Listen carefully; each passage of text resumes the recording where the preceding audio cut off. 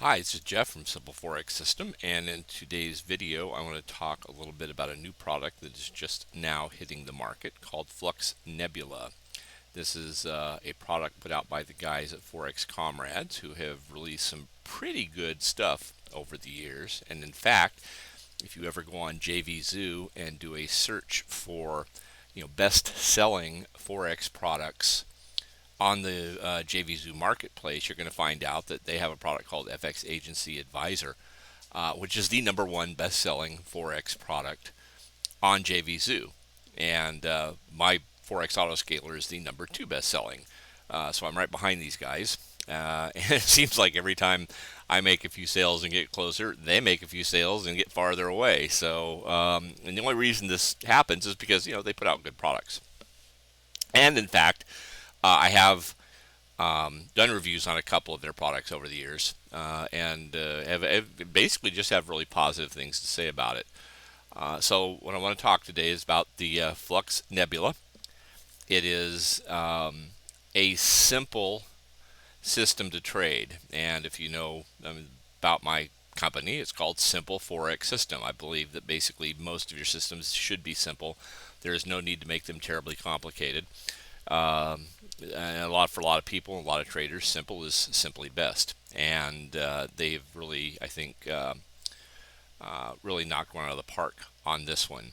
So let me briefly show you some material from their training PDF, because it really explains in great detail how it works. And then we'll go ahead and we'll take a look at some charts. So let me jump over real quickly over to the PDF.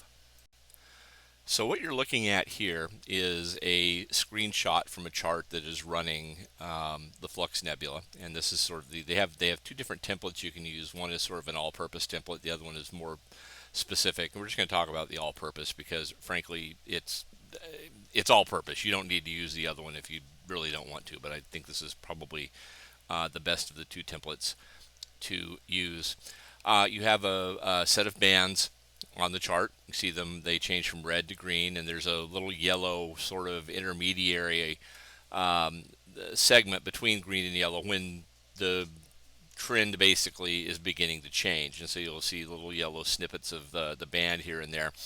The important part is, when does it change green, when does it change red? You will also see on there candlesticks. I don't recall what, this is a 30-minute chart here. It doesn't really matter, but it's a 30-minute chart. They have a color-coded candlestick system so that when the candles begin to trend upwards, it switches to green, and when the candles begin to trend downwards, it switches to red. So at a glance, you can tell just from looking at the candlesticks alone whether or not you should be considering a buy or a sell trade. What you want to do is you want to match up the color change on the bands with the color change on the candles. And when that happens, if there is a signal, you will get one of these little colored semaphores: green for buy, red for sell. And within those, there are three numbers. There's a 1 or a 2 or a 3. And if you look over here on the dashboard on their on the chart, you can see there's a strength rating of 1, 2, and 3. 1 is the strongest trade. They have what they call a factor. It's B, A, and W. B stands for best, A stands for average, and W stands for worst.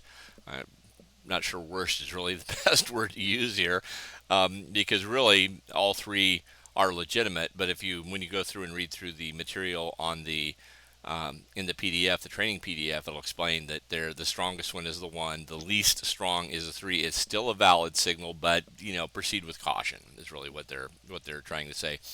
It also tells you what the signal was given, whether it was a buy or sell, and they tell you how many bars to go backwards in order to find where the signal is located. So if you're tuning in right here immediately on the chart, you see you say the green 1, and you have the green bands and the green candlesticks. The bars back will either be 0 or 1 or maybe 2, depending on where you tuned in to the charts, at what time in comparison to where the signal is located. Very, very simple. And it is not a matter of, as soon as you see the green, you buy, and when you see this, the red, you sell. You want to wait for the semaphores because they have identified high probability, sort of medium or average probability, and lower probability trades. And then if there's no signal, no semaphores, you can see right here you have a red. You went, green to red to green to red, now back to red. There is no semaphore there. Those are like zero probability or very, very, very low probability. You simply just don't take those trades. So you're waiting for the semaphores. It works very well on the candlesticks on the different time frames. But one of the things that they did is they went through years worth of data and drew some averages. And let me show you real quickly what I mean by that. This is a chart that is included in the PDF, the training PDF, and you can see it's basically 3 columns. You have your time frames; those should look familiar: 1 minute, 5 minute, 15 minute, all the way down to 4 hour, 1 day, 1 week, 1 month. They have the stop loss. This is sort of the average size stop loss you should be using on each trade. So if you're trading a 30-minute trade, you should be using a stop loss of about 30. On average, these trades go about 20 pips in profit. So you just know at a glance. If you're on the 30-minute, set a 15 pip stop, 20 pip take profit. If you're trading the 4 hour, set a 36 pip stop loss and start looking for 49 pips or points if you're trading the index charts on the trade. And of course, the higher you go up into the charts, 1 day, 1 week, 1 month, you're using much larger stop losses, but you're also looking for much larger take profits as well. So it's kind of nice going into it. Now you don't necessarily have to guess as to when you should be getting out. You can actually just set the trade with a take profit on there, and then just kind of sit back and let your the platform, if you're using a trade manager like Autoscaler or even just the chart buttons, you can preset all of these inside there. So you just do one-click trade and let the EA do the rest. Now those do not come with this. You have to have that independently. But I think most people that are going to be watching this video already have Autoscaler or chart buttons, or probably both. So this is really nice, but it's not the only way that you can approach the trade. They also have another sort of recommended way. If you don't want to use just fixed numbers getting into the trade, you want to kind of let the charts tell you when to get out, where to set your stop loss. They also have some information on that. So let's go take a look at that real quickly. So you've got some other exit opportunities or ways to exit the trade if you choose to use them. If this looks familiar, this is essentially the same chart we were looking at a moment ago, and you have your entry candle, which is the candle that closes right where the number 1 semaphore is at. So if you have your crosshairs on your platform, you just turn the crosshairs on. You know exactly what candle you should be looking at. If you're live trading, it's the only candle there. None of this is going to be off to the right, obviously, because you're just getting into the trade. But for purposes of maybe going back and back testing, you can use your crosshairs in order to locate it. Instead of using a fixed stop loss, what you're looking for is the previous candles of the same color. In this case, it would be green. You want to find the low, and the low happens to be right over here. This is and that's that's essentially an informal, I guess you would say, level of support. So you might want to put your stop loss there, or even more likely, maybe a pip or two below, and force price to break that level in order to take you out. And if you know anything about trading with levels of support and resistance, you know exactly how important those are, that they're there for a reason, because they work and traders use them regularly. So you don't. It may not match up with an existing line that you have, say from a 50 piv that's giving you a pivot and 3 resistance and 3 support lines. This is just sort of an informal line that you would just have to eyeball it. Maybe again use your crosshairs to figure out where the line is at. Then set your stop loss right there. In terms of exit, because we have a situation where the candles are changing color depending on what the trend is. You can see that in this case the trend began moving down, but the channel lines that are being used here are still green, but you can exit and probably should exit when they start turning red, because you might be getting out really at the best possible place before the downtrend really picks up and takes off. You'll see a lot of these on the charts if you pick this up and go back and look backwards at it. It's Another option you can have is you can just simply wait for the channel lines to begin to turn. But when you do that, if you do that, you do run the risk of giving back most or maybe even all of the trade, and there's certainly no reason to do that. Just sort of eyeballing this chart. Again, it's a 30-minute chart. You have gotten in somewhere around 2705, and you peaked up here somewhere around 65. So this is about a 60 pip move over the course of however many hours that is. It looks like maybe 5 hours or so. If you're up 60 and you're getting out at break even, you're doing something wrong. Okay, or if you're taking a loss, you're doing something really wrong. If you're that many, you should be maybe moving a stop loss, locking into some level of profit. For instance, you can see where you've got a bit of a attempted reversal right here. It didn't really pan out. The candles moved down. You had a lower low set, but price drove back up and continued moving up. So you might set your stop loss right behind that line, so that if it does come back down, which of course it did, you can see where it came back down. About, I don't know, 3 or 4 hours after that, it moved back down, broke that line. You would have been taken out, but that's also right around the same price as you are right over here. So that's another way to handle this. And if you don't like being locked in to such a specific number as you did if you use that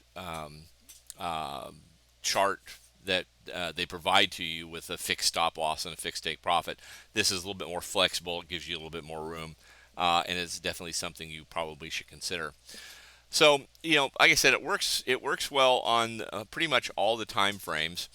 If you're going to trade the candlestick charts, the 1 minute, 5 minute, 15, whatever, really pay attention to the number inside the semaphore, because when they say 1 is the strongest and 3 is the weakest or worst or whatever, I think actually it's supposed to be weakest.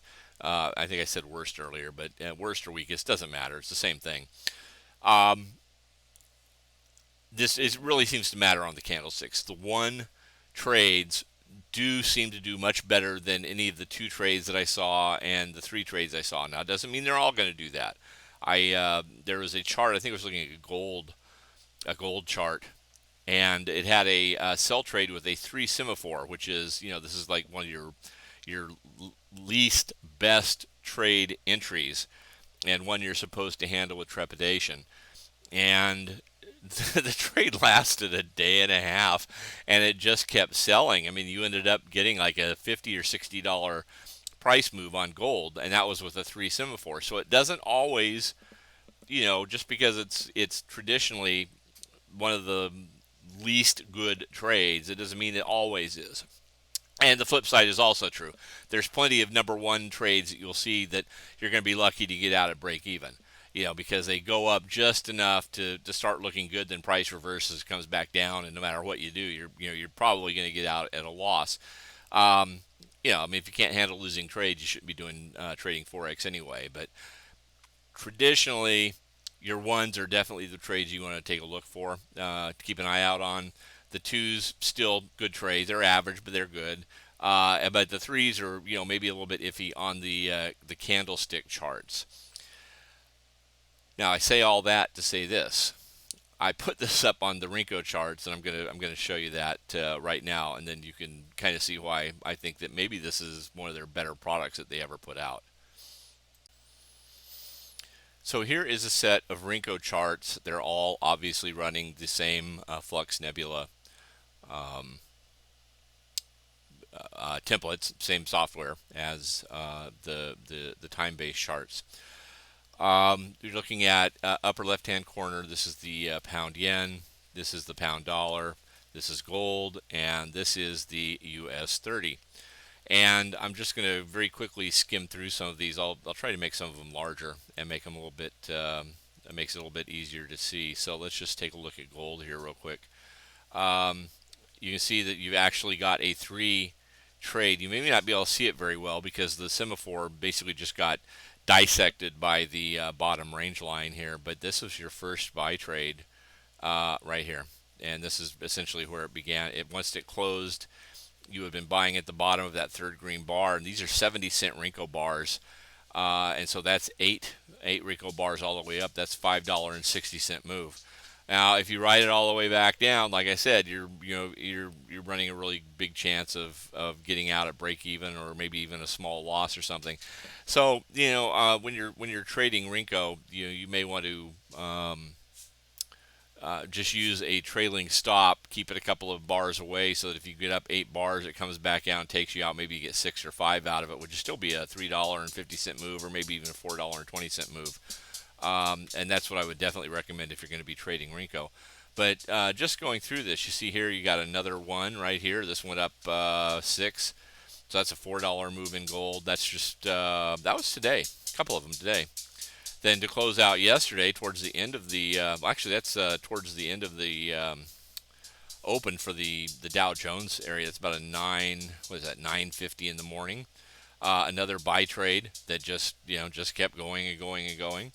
And that was a one. So like I said, you kind of want ones. You don't necessarily want to threes. But here's a three trade. Right here, you can see you got in around $20.58. Look at the bands. Look at the channel lines. See how they stayed? They stayed red the whole time. So you probably would have gotten out here. I would. I think definitely. And would have gotten that would have been a $25 move if had you. Obviously, is that right? That isn't right. No, hold on a second. If you got about 54, you would have gotten out at 43. So $11 move.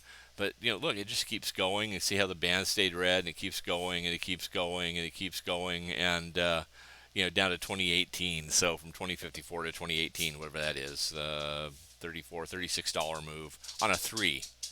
And as you go through this, especially if you're using Rinkos, you're going to see that you have another. Here's a one trade. The band stayed green while the candlesticks changed briefly. So again, I think this might be a case where you really want to start using support and resistance lines, drawing your own lines. You wrote it up a ways, it came down, draw a line, it came back down, did not get to this line, didn't break that line, so you'd still be in the trade here. So you just move the line here.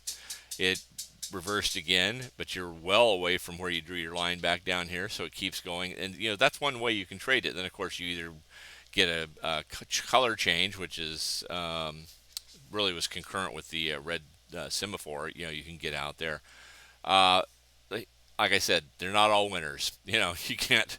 Unfortunately, you're going to get some losers here. And here's really one or two examples of that. This was a sell trade that immediately moved into a buy. This is a buy trade that immediately moved into a sell. It's a two, but like I said, I don't think the numbers matter that much when you're looking at Renko. So gold, this is a really, really good way of finding some good gold trades. And like I said, just keep your stop close, and you're gonna make some decent money on that.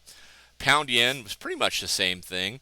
You had a nice sell trade. It went. These are 3 pip boxes actually. So you're not going to get. No, I'm sorry. No, they're not. These are 5. I said these at 5. So these were 5 pips. So this is a 35, 40 pip move before it reversed. Another one that ran a nice long distance. And you can see you've got a lot of color changes that are occurring back in here, and a lot of systems will get you back into these trades, and they're not going anywhere. This one kind of holds off, and it just seems to get you into the best of the best trades. Really, again, no matter what the color is. This is a number 3. This is a 100-something point trade, 27.30. And you bottomed out. Well, down here would have been 26.35 if you got it on the green one, but it went all the way back down to 26.10, so that's a 120 pip move, not too shabby. Buy trade, which didn't go very far. You may or may not have gotten anything out of it, but like I said, you're going to win some, you're going to lose some. But the great thing is that between where you're entering and where you're getting out is so close that your stop loss should be sitting at break even, by the time you get there, or it's so close that you're risking 10 or 15 or maybe even 20 pips on trades, and you're trying to or have the potential to get 30, 50, 60, 70, whatever. Um, I think that was the pound dollar we looked at. I may have said pound yen a minute ago. That's actually the pound dollar. This is the pound yen right here. But it's the same story. Same story as before. Need to do this because sometimes the ball drops a little bit out of range. But here, nice buy trade, nice sell trade, another nice sell trade, another great buy trade, really, right there. And it just keeps going and going and going like that. And then the index charts.